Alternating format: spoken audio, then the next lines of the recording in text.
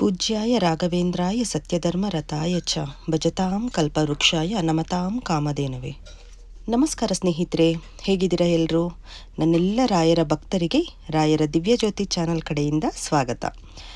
ಸ್ನೇಹಿತರೆ, ಇವತ್ತಿನ ವಿಡಿಯೋದಲ್ಲಿ ನಾನು ರಾಯರು ನಮ್ಮ ಜೀವನದಲ್ಲಿ ಅನುಗ್ರಹ ಮಾಡಿದಾಗ ಆಗುವಂತಹ ಪ್ರಮುಖ ಸೂಚನೆಗಳು ಯಾವ್ಯಾವ ರೀತಿ ಒಂದು ಅನುಭವಗಳು ನಮ್ಮ ಜೀವನದಲ್ಲಿ ಆಗುತ್ತೆ ಅಂತ ಇವತ್ತಿನ ವಿಡಿಯೋದಲ್ಲಿ ತಿಳಿಸ್ಕೊಡ್ತೀನಿ. ಬನ್ನಿ ಹಾಗಾದರೆ ಯಾವ ಒಂದು ಅನುಭವಗಳು ಆಗುತ್ತೆ ಅಂತ ನೋಡೋಣ.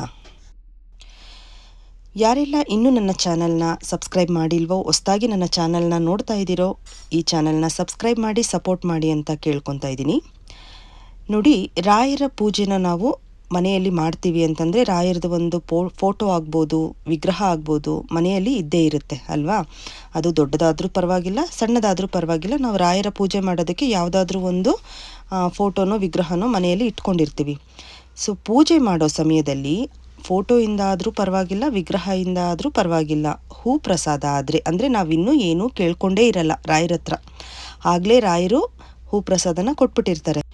ಈ ರೀತಿ ಯಾರಿಗೆಲ್ಲ ಪೂಜೆ ಮಾಡೋ ಸಮಯದಲ್ಲಿ ಅನುಭವ ಆಗಿದೆಯೋ ಅವರು ತುಂಬಾ ಪುಣ್ಯವಂತರು ಅಂತಲೇ ಹೇಳ್ಬೋದು. ಯಾಕೆಂದರೆ ರಾಯರು ನಾವೇನು ಕೇಳ್ದಿರೇ ನಮಗೆ ವರ ನೀಡಿದ್ದಾರೆ, ಅವರ ಅನುಗ್ರಹ ನಮಗಾಗಿದೆ, ಅವರು ನಮ್ಮ ಜೀವನದಲ್ಲಿ ಪ್ರವೇಶ ಮಾಡ್ತಾ ಇದ್ದಾರೆ ಅಂತಲೇ ಅರ್ಥ. ಇನ್ನು ಎರಡನೇದಾಗಿ, ಮನುಷ್ಯನಿಗೆ ಜೀವನದಲ್ಲಿ ತುಂಬ ಒಂದು ತೊಂದರೆಗಳು, ಕಷ್ಟಗಳು ಸರ್ವೇ ಸಾಮಾನ್ಯ ಅಲ್ವಾ, ಎಲ್ರಿಗೂ ಇರುತ್ತೆ. ಏನೋ ಒಂದು ಗೊಂದಲ, ಏನಾದರೂ ಒಂದು ಮಾಡೋಕ್ಕೆ ಹೋದಾಗ ಅದನ್ನು ಮಾಡೋದಾ ಬೇಡವಾ ಅನ್ನೋ ಒಂದು ಗೊಂದಲದಲ್ಲಿ ನಾವು ಸಿಲ್ಕೊಂಡಿರ್ತೀವಿ. ಇಂತಹ ಒಂದು ರಾಯರ ನಮ್ಮ ಜೀವನದಲ್ಲಿ ಅನುಗ್ರಹ ಆಗಿದೆ ರಾಯರದು ಅಂತ ಅಂದ್ಕೊಂಡಾಗ ಈ ರೀತಿ ಗೊಂದಲಗಳೆಲ್ಲ ನಮ್ಮ ಜೀವನದಲ್ಲಿ ಕಮ್ಮಿ ಆಗ್ತಾ ಹೋಗುತ್ತೆ.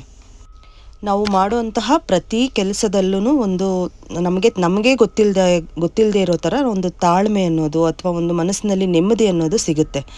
ಆ ರೀತಿ ಒಂದು ಅನುಭವಗಳು ನಮ್ಮ ಜೀವನದಲ್ಲಿ ಆಗ್ತಾ ಇದೆ ಅಂದರೆ ಮುಂಚೆಗೂ ಇವಾಗಲೂ ಹೋಲಿಸ್ಕೊಂಡಾಗ ನಾವು ಎಷ್ಟೋ ನೆಮ್ಮದಿಯಾಗಿದ್ದೀವಪ್ಪ ಜೀವನದಲ್ಲಿ ಅಂತ ನಮಗೆ ಅನಿಸುತ್ತೆ. ಅಂತಹ ಸಂದರ್ಭದಲ್ಲಿ ರಾಯರ ಅನುಗ್ರಹ ಆಗಿದೆ ಅಂತ ನಾವು ಅರ್ಥ ಮಾಡ್ಕೋಬೇಕು. ಯಾಕೆಂದರೆ ರಾಯರು ನಮ್ಮ ಜೀವನದಲ್ಲಿ ಬಂದ ಮೇಲೆ ಈ ರೀತಿ ಒಂದು ಸಣ್ಣ ಪುಟ್ಟದ ಚೇಂಜಸ್ಗಳು ಆಗೋದು ಆಯಿತಾ. ನಾವು ಫಸ್ಟಿಂದ ಹೇಗಿದ್ದೀವೋ ಈಗ ಹೇಗಿದ್ದೀವೋ ಅನ್ನೋದ್ರ ಬದಲಾವಣೆನ ನಾವೇ ತಿಳ್ಕೊಬೋದು. ಇನ್ನು ರಾಯರ ಪ್ರಸಾದ ನಮ್ಗೆ ಅಂದ್ಕೊಳ್ದೇ ಇರೋ ರೀತಿ ನಮ್ಮ ಕೈ ಸೇರುತ್ತೆ. ಅಂದರೆ ಅನ್ಎಕ್ಸ್ಪೆಕ್ಟೆಡ್ ಆಗಿ ಯಾರಾದರೂ ಬಂದು ಮಂತ್ರಾಲಯದ ಪ್ರಸಾದ ಕೊಡೋದಾಗಿರ್ಬೋದು, ಅಥವಾ ರಾಯರ ಮಠದಿಂದ ತಂದಿರೋ ಪ್ರಸಾದ ಆದರೂ ಆಗಿರ್ಬೋದು, ಅಥವಾ ಮಂತ್ರಾಕ್ಷತೆ ಆಗಿರ್ಬೋದು, ನಾವು ನಿರೀಕ್ಷೆನೇ ಮಾಡಿರಲ್ಲ ಅದು ನಮಗೆ ಸಿಗುತ್ತೆ ಇವತ್ತು ಅಂತ ಹೇಳಿ, ಆ ರೀತಿ ಅನ್ಎಕ್ಸ್ಪೆಕ್ಟೆಡ್ ಆಗಿ ರಾಯರ ಒಂದು ಮಂತ್ರಾಕ್ಷತೆ ಆಗ್ಬೋದು, ಪ್ರಸಾದ ಆಗ್ಬೋದು ನಿಮ್ಮ ಕೈ ಸೇರಿದೆ ಅಂತಂದರೆ ರಾಯರ ಅನುಗ್ರಹ ಆಗಿರೋದಕ್ಕೆ ಅದು ನಿಮ್ಮನ್ನು ಹುಡ್ಕೊಂಡು ಬಂದಿದೆ. ಸುಮ್ಮನೆ ಬರಲ್ಲ ಅಲ್ವಾ, ಯಾರೋ ಮುಖಾಂತರ ಅದು ಬಂದು ನಿಮ್ಮನ್ನು ಸೇರಿದೆ ಅಂದರೆ ನಿಮ್ಮ ಜೀವನದಲ್ಲಿ ರಾಯರ ಪ್ರವೇಶ ಆಗಿದೆ ಅಂತಲೇ ಅರ್ಥ. ಇನ್ನು ನಾವು ತುಂಬ ಬೇಜಾರಲ್ಲಿರೋವಾಗ, ನೋವಲ್ಲಿರೋವಾಗ ಏನೋ ಒಂದು ನೆನೆಸ್ಕೊಂಡು ರೋಡಲ್ಲಿ ಹೋಗ್ತಾ ಇರ್ತೀವಿ, ಅಥವಾ ಬೇರೆ ಏನೋ ಒಂದು ಯೋಚನೆ ಮಾಡ್ತಾ ಇರ್ತೀವಿ, ಇದು ಯಾಕೆ ಈ ಥರ ಆಗ್ತಾ ಇದೆ, ಇದು ಸರಿ ಹೋಗುತ್ತಾ ಇಲ್ವಾ ಅನ್ನೋ ಒಂದು ಮನಸ್ಥಿತಿಯಲ್ಲಿ ಇರ್ತೀವಿ. ನೋಡಿ, ಇಂಥ ಟೈಮಲ್ಲಿ ರಾಯರ ಒಂದು ಭಾವಚಿತ್ರ ಆಗಿರ್ಬೋದು, ಯಾವುದಾದ್ರೂ ಒಂದು ಕಾರ್ ಹಿಂದೆನೋ ಅಥವಾ ಆಟೋ ಹಿಂದೆನೋ ಅಥವಾ ಯಾವುದಾದ್ರೂ ಒಂದು ಅಂಗಡಿ ಮುಂದೆ ರಾಯರದು ಒಂದು ನೇಮ್ ಹಾಕಿರೋದಿರ್ಬೋದು, ಶ್ರೀ ರಾಘವೇಂದ್ರಾಯ ನಮಃ, ಗುರು ರಾಯರ ಕೃಪೆ ಅಂತ ಯಾವುದಾದ್ರೂ ಒಂದು ವರ್ಡ್ಸ್ ನಮ್ಮ ಕಣ್ಣಿಗೆ ಬೀಳ್ತಾನೆ ಇರುತ್ತೆ ಪದೇ ಪದೇ ಅಲ್ವಾ. ಅದರಲ್ಲೂ ನಾವು ದುಃಖದಲ್ಲಿರುವಂತಹ ಸಂದರ್ಭದಲ್ಲಿ ನಾವೇನಾದರೂ ರಾಯರ ಹತ್ರ ಕೇಳ್ಕೊತಾ ಇದ್ದೀವಿ, ಮನಸ್ಸಿನಲ್ಲೇ ನಾವು ಅನ್ಕೋತಾ ಇರ್ತೀವಿ, ಯಾಕಪ್ಪ ಈ ಥರ ಆಗ್ತೈತೆ ನನ್ನ ಜೀವನದಲ್ಲಿ, ಏನು ಮಾಡೋದು, ಇದಕ್ಕೆ ಏನಂತ ನನಗೇನು ಗೊತ್ತಾಗ್ತಾ ಇಲ್ಲ, ನಾನು ತುಂಬ ನೋವಲ್ಲಿದ್ದೀನಿ, ರಾಯರೇ ನೀನೇ ದಾರಿ ತೋರಿಸು ಅಂದಾಗ ಆ ರೀತಿ ಒಂದು ರಾಯರ ಫೋಟೋ ಆಗ್ಬೋದು, ರಾಯರ ಹೆಸರಾಗ್ಬೋದು ನಮ್ಮ ಕಣ್ಣಿಗೆ ಬಿತ್ತು ಅಂತಂದರೆ ಅದು ರಾಯರು ನಮಗೆ ಕೊಡ್ತಾ ಇರೋಂಥ ಸೂಚನೆ. ನೀನು ಹೆದರ್ಕೋಬೇಡ ಮಗು, ನಾನಿದ್ದೀನಿ ನಿನ್ನ ಜೊತೆ, ನಿನ್ನ ಎಂಥದ್ದೇ ಸಂದರ್ಭದಲ್ಲಾದರೂ ನಾನು ನಿನ್ನ ಕೈ ಬಿಡಲ್ಲ, ನಾನು ನಿನ್ನ ಕೈ ಹಿಡಿದು ನಡೆಸ್ತೀನಿ ಅಂತ ರಾಯರು ಕೊಡುವಂತಹ ಸೂಚನೆ. ನೋಡಿದ್ರಲ್ವಾ, ಈ ರೀತಿ ಒಂದು ಸೂಚನೆಗಳು ನಮ್ಮ ಜೀವನದಲ್ಲಿ ಆಗ್ತಾ ಇದೆ ಅಂತಂದರೆ ನೀವು ಬರೆದಿಟ್ಕೊಂಬಿಡಿ, ರಾಯರು ನಿಮ್ಮ ಜೀವನದಲ್ಲಿ ಪ್ರವೇಶ ಮಾಡಿದ್ದಾರೆ.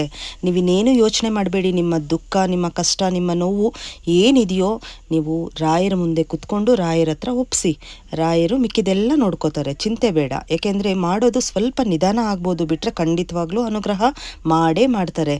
ಅದಕ್ಕೆ ನಾವು ತಾಳ್ಮೆಯಿಂದ ಕಾಯಬೇಕು. ರಾಯರ ಪಾದನ ಹಿಡಿದಿದ್ದೀವಿ ಅಂದಮೇಲೆ ಯಾವುದೇ ಕಾರಣಕ್ಕೂ ನೀವು ಬಿಡೋದಕ್ಕೆ ಹೋಗಬೇಡಿ. ವೀಕ್ಷಕರೇ, ಈ ವಿಡಿಯೋ ನಿಮಗೆ ಇಷ್ಟ ಆಗಿದ್ರೆ ಪ್ಲೀಸ್ ಲೈಕ್ ಮಾಡಿ, ಶೇರ್ ಮಾಡಿ, ಸಬ್ಸ್ಕ್ರೈಬ್ ಮಾಡಿ, ಹಾಗೆ ಬೆಲ್ ಐಕಾನ್ ಮೇಲೆ ಕ್ಲಿಕ್ ಮಾಡೋದನ್ನು ಮರಿಬೇಡಿ. ಮುಂದೆ ನಾನು ಇನ್ನಷ್ಟು ರಾಯರ ವಿಷಯಗಳನ್ನ ತಗೊಂಡು ನಿಮ್ಮ ಮುಂದೆ ಬರ್ತೀನಿ. ಈ ಚಾನಲ್ನ ಸಪೋರ್ಟ್ ಮಾಡಿ ಅಂತ ಕೇಳ್ಕೊಳ್ತಾ ಇವತ್ತಿನ ವಿಡಿಯೋನ ಮುಗಿಸ್ತಾ ಇದ್ದೀನಿ. ನಮಸ್ಕಾರ.